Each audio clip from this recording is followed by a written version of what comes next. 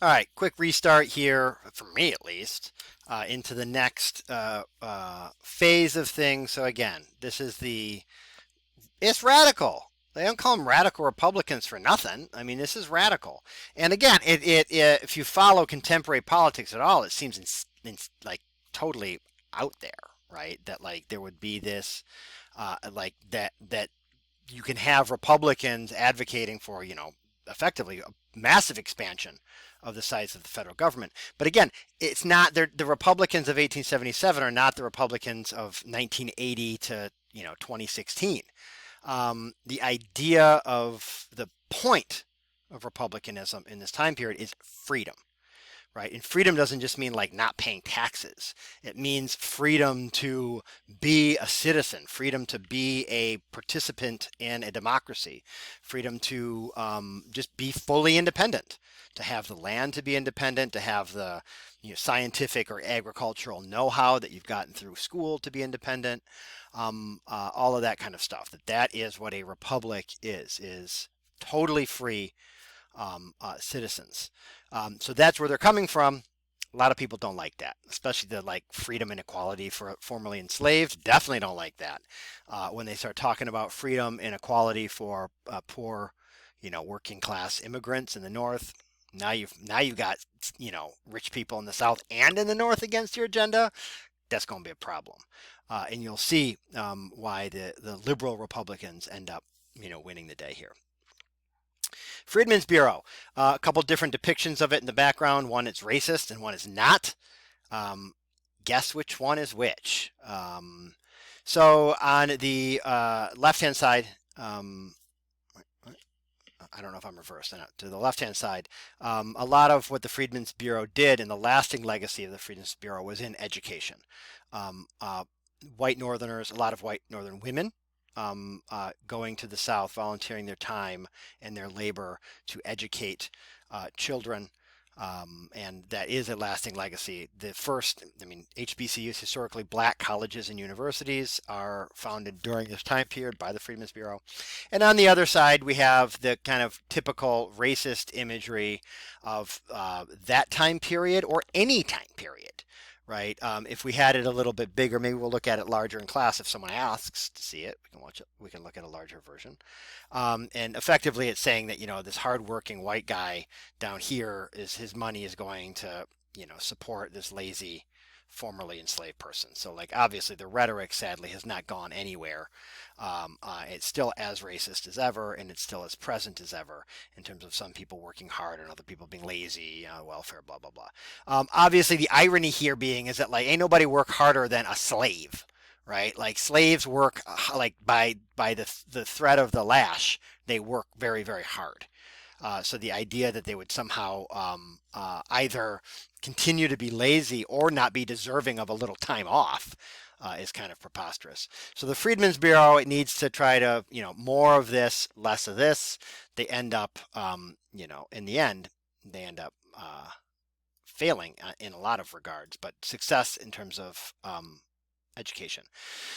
So the initial idea, like the radical Republicans, it's a radical agenda. The idea is to resettle the formerly enslaved on land that they had, that they were the ones to cultivate. I mean, this is straight up John Locke. Enlightenment English political economy. What creates private property? The gifts of Mother Nature and man's labor, right? So you take the gifts of Mother Nature, you mix it with your labor, you chop down the trees, you clear the field, you build the fence, you build the house, you plant the crop. That's you doing the labor. That's how you create private property. Right, because there's no private property in the Bible. So this is Locke's problem. How do you justify private property when God said there wasn't any? Anyway, John Locke says that's how it works, and that's what the Freedmen's Bureau says. These are people. I mean, the houses were built by the enslaved. The fields were planted by the enslaved. There's not much in the South that was not mixed with the labor of the enslaved. So that's the agenda. Unfortunately, they are thwarted at every level. Johnson thwarts the Bureau. Ex-Confederates, right, thwart the Bureau. They make a lot of bad decisions, right, in terms of appointing former Confederates to leadership positions in the Freedmen's Bureau. Well, I mean, come on. How do you think that's going to work? Um, they document thousands, I mean, tens of thousands of cases of abuse, harassment, murder, rape, torture. I mean, it's terrible. It is medieval. I mean, it's terrible, terrible, terrible. But they can't do anything. There's no enforcement mechanism. There's no like, they're not the cops. They're not the military. So what do? They can just only record it. And sadly, it's a tragedy. But it is part of the reason we know that this narrative of, it was black violence against whites, which is the Redeemer narrative, the lost cause narrative, why we know it's total garbage is because we have documentary evidence right to the contrary, thanks to the Freedmen's Bureau. Federal funding is pulled in 1870. And again, a win is the construction of schools and recruitment of teachers. Ultimately, though, it's a failure. And it's a failure because there is massive white resistance to the project of Reconstruction. And of course there would be. This is a region of the country that has deeply ingrained in their culture is anti-black racism, right? And the idea of white supremacy. But we have examples, right, of deeply held beliefs that are given up pretty quickly, right? Nazi Germany being maybe the most infamous or famous, right, of deeply held national beliefs being given up quite quickly. Apartheid South Africa, similarly, right? So there are historical parallels to be drawn between how do you actually, right, create a new region or new country in which the people can atone for, right, the sins of the past. It's happened. It just did not happen in the United States. Johnson at the national level, if the president is not supporting something, it's not going to be supported at the local level. If the president is advocating for something, it's going to be advocated for at the local level. It's just the way it works. So when you have Johnson being intransigent at the national level, that's going to filter down and inspire the rhetoric and the political positions of local leaders. That's why it's being inflammatory or being against what was the mission, at least the moderate mission of Lincoln, bad idea. Lots of violence. So we've gone over Fort Pillow, right? 300 black Union American soldiers murdered during the Civil War. So this is a kind of harbinger or a precursor of things to come. New Orleans, 34 black killed, 3 white in 1866. The Memphis riot in 66 also, 45 black, 2 white killed. Opelousas massacre, 200 to 300 black Americans killed. Massive, like 1,300 lynchings in the run up to the 1868 election in order to intimidate, right, the black voters, to disenfranchise them, to commit fraud at the ballot box, to ignore election results. All of this stuff is happening. And you see here with when we talk about race riots or racial violence, this is not like, people going toe to toe here. This is one-sided massacres, these kind of riots. And then the voting thing. I mean, this is when voting fraud actually is a thing and not something like a Fantasyland idea. They actually do, stuff ballot boxes, throw them out, burn them, just ignore results altogether. As late as 1890 in Maryland, a bunch of black Republicans won. They won like big time. And the local Democratic leaders just said, no, like we're gonna lead. So this is real deal disenfranchisement, voter fraud, etc. And it's widespread throughout the South until it's no longer needed, right? So by the 1890s, you're not having too many black Southern Republicans voting, right? Because it's done the job. As a little preview, this is not just in the South that white supremacist violence is also happening out west with a particular California flair in that it targets Chinese migrants. So this time period is one of, I mean, to say it's resurgent white supremacy would suggest that it went somewhere, and it didn't. It's just a ramping up of white supremacy in response to both black attempts at freedom and immigrant claims to freedom, whether the Irish and the East Coast or Chinese, Mexican. Well, I mean, Mexican Americans actually lived right. The border crossed them, kind of thing. But out west, it's a same kind of violence, different target. And we'll get into this more maybe in chapter 15, if not in period 6. 1868 election, right? So Grant wins, and he wins largely because of a lot of black Republicans are voting. 500,000 black Republicans vote. Southern Democrats do not want to see this ever again, right? So the massive disenfranchisement, voter fraud, and murder and intimidation is all a coordinated effort to make sure that black folks don't vote and certainly don't hold political office, which the Republicans in South Carolina, Alabama do. 15th Amendment is passed in 1869. So that is, right, voting rights at the federal level. So if you have a keen eye for history, you will ask, well, wait a minute, how are black voters voting in the election of 1868 before, right, you have the 15th Amendment passed? Depends on when you ratify, right? So some states have ratified the 15th Amendment already, and that's why black citizens in, that state could vote in the election of 1868. It is finally ratified nationally in 69, and that's when, right, at the federal level, every state, right, formerly enslaved black citizens can vote.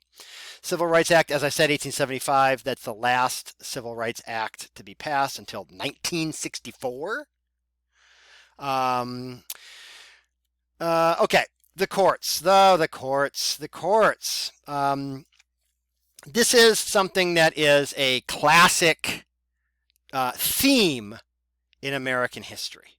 That a political party who's are no longer popular and can no longer win elections at the national or even state level resort increasingly on litigation and the courts in order to kind of stay on like political life support, as it were. The Federalists did it, right? They had a conservative court. A lot of the judges were Federalist judges, so they knew, even though no one liked Federalists, right? Very, very unpopular from like 1800 and Thomas Jefferson on, they can thwart the Democratic Republican agenda of Jefferson, of Madison, of Monroe, to all two-term presidents by, right, anything that they do that that is challenged goes up to the Supreme Court. They've got a friend in the Supreme Court of Federalists, right? Unconstitutional. And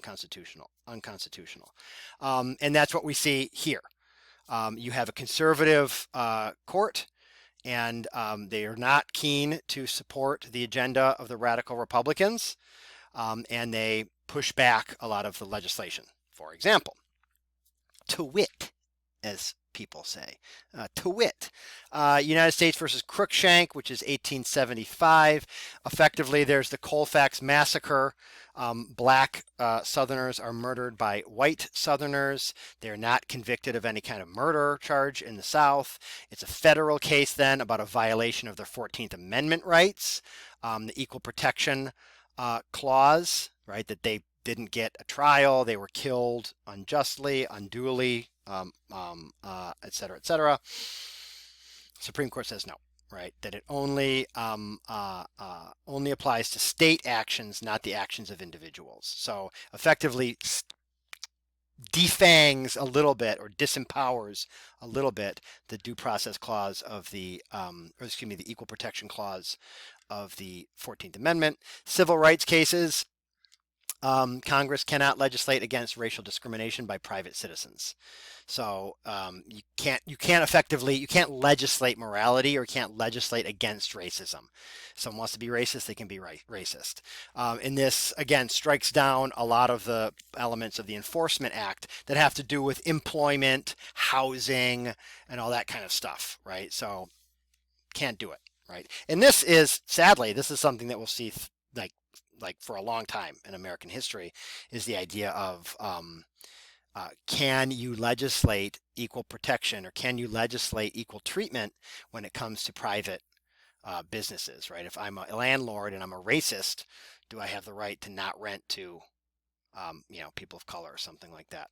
And all the way up until the 90s, and even to some extent currently, these are things that are still debated. Plessy versus Ferguson, as I said, 1896. This effectively is a gut punch to the Equal Protection Clause of the 14th Amendment also, which says, yes, you can have separate facilities as long as they're equal. Well, I mean, come on. They're not equal. They weren't equal in 1896. They weren't equal in 1877. And they're sure as heck are not equal by 1954 when we get the Brown versus Board of Education decision, which overturns Plessy. Wong Kim Ark, I mentioned.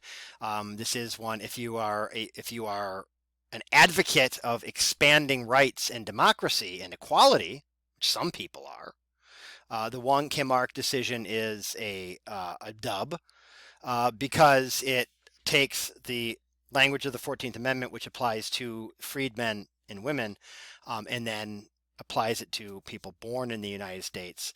And again, as I've said, 100+ years of case law supporting the idea of birthright citizenship. Okay, so they win. The Confederacy wins. They win the war. They win this war. Again, if the Civil War is about keeping the Union together at whatever cost, the North, the military battles are won by the North. Appomattox Courthouse, surrender. That's it. The North wins the war to keep the Union together. The South wins the war to maintain and to amplify white supremacy. Even though the institution of slavery is no longer legal, they continue to perpetuate white supremacy in a way that in some regards is even more deadly than slavery.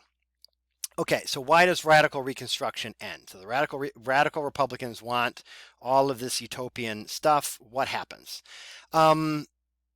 Northerners start to become disenchanted because they're reading these racist and totally fabricated depictions of all the chaos. And it's anti-white, right?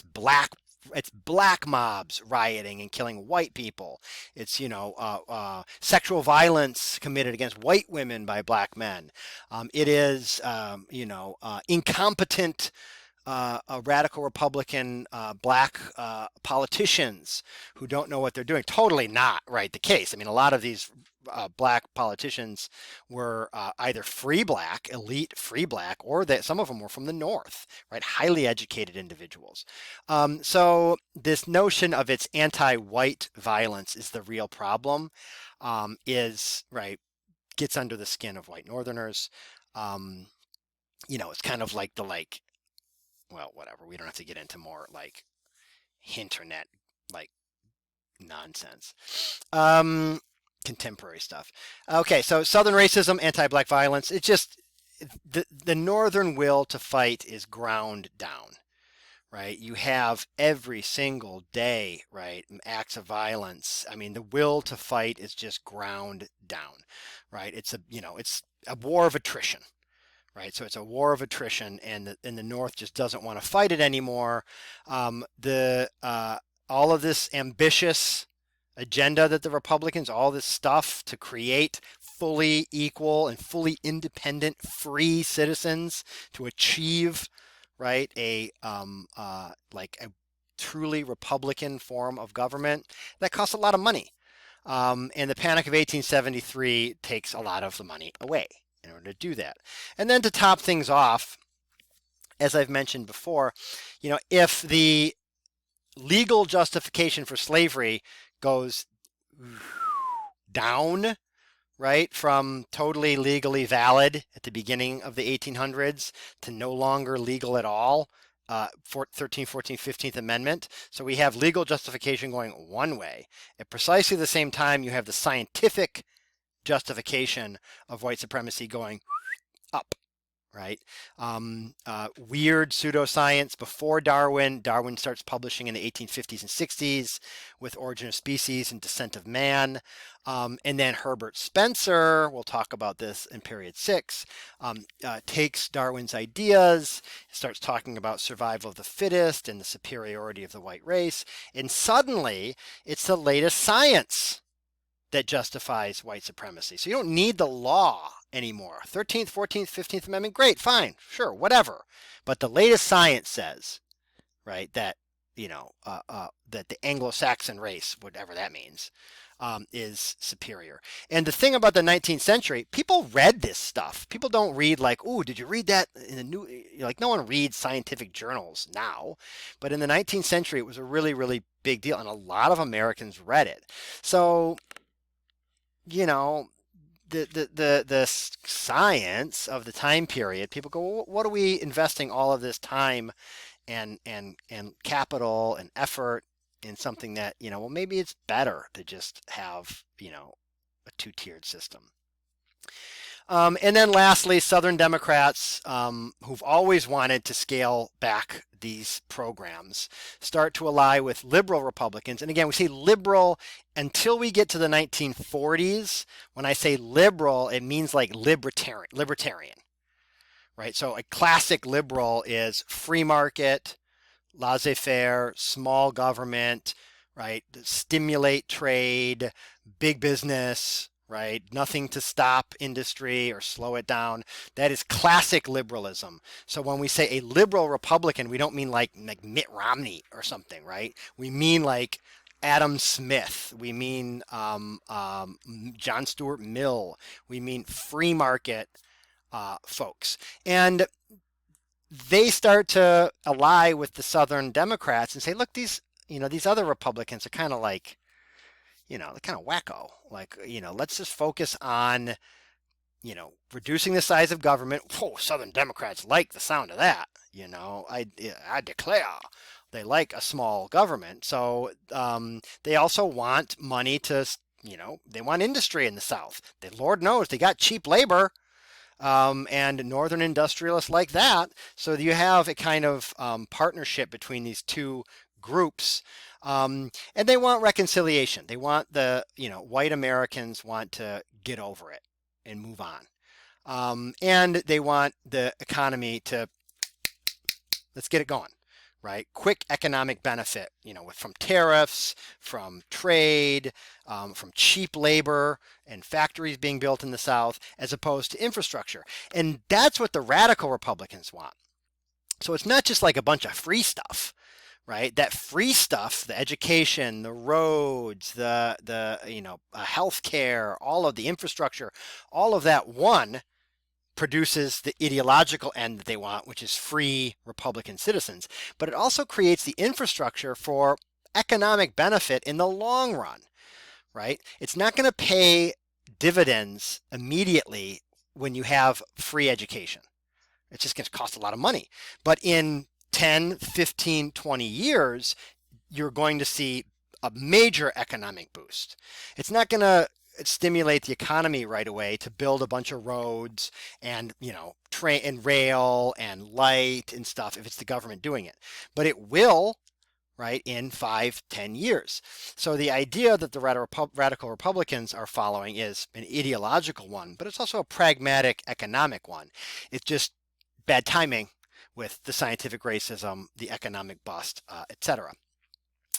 And then as part of this kind of laissez-faire agenda, you have poor black and white Southerners, right, pushed into sharecropping. The book is terrible on this point, to be perfectly honest, not just because I don't agree in some ideological way, but, in 2 paragraphs, you can read 2 sentences. Sharecropping arose in part because it was a good fit for cotton agriculture.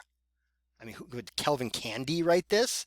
And then later down in that paragraph, the result of sharecropping was a stagnant farm economy that blighted the South's future. Well, what? Well, which is it?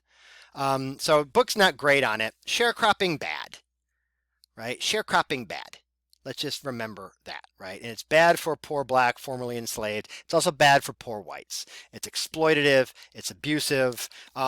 It's good for generating profit for like a couple people, but it's bad as a labor system, like debt peonage and serfdom. Like we not good. Okay, Compromise of 1877 is the thing that ends it. How does this happen? The Compromise of 1877, also known as the Great Betrayal. Um, People don't like radical. People are about as enthusiastic about radical Republicans as you all are enthusiastic about hearing me talk for 3 more bullet points after 45 minutes of lecture. How do you think I feel? Come on. Nation wants to move on, right? As white people want to move on. So what happens? Southern Democrats. So Rutherford B. Hayes does not win the popular vote. It's close, but he doesn't win the popular vote. Samuel Tilden wins. So they say, okay, let's make a deal. We'll recognize Hayes if you do something for us. And that is Northern troops out.